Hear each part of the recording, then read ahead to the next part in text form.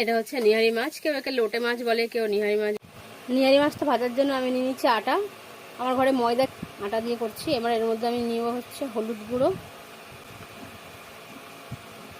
লঙ্কা গুঁড়ো, নুন। এটা ভালো করে মিশিয়ে নেব, নিয়ে এতে কোট করে আমি মাছগুলোকে ভাজবো। এই মাছগুলো এক একটা করে আমি ভালো করে কোট করে নেব।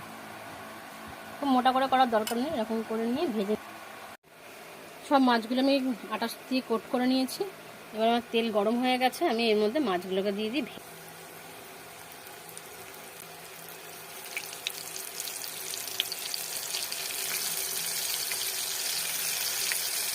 এরকম করে আমি সব মাছগুলোকে ভেজে নেব।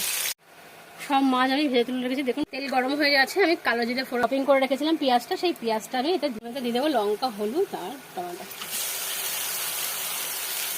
এবার এতে দিয়ে দিলাম আমি নুন। মশলা কষানো পুরো কমপ্লিট। এবার মাছগুলো আমি এতে দিয়ে দেবো।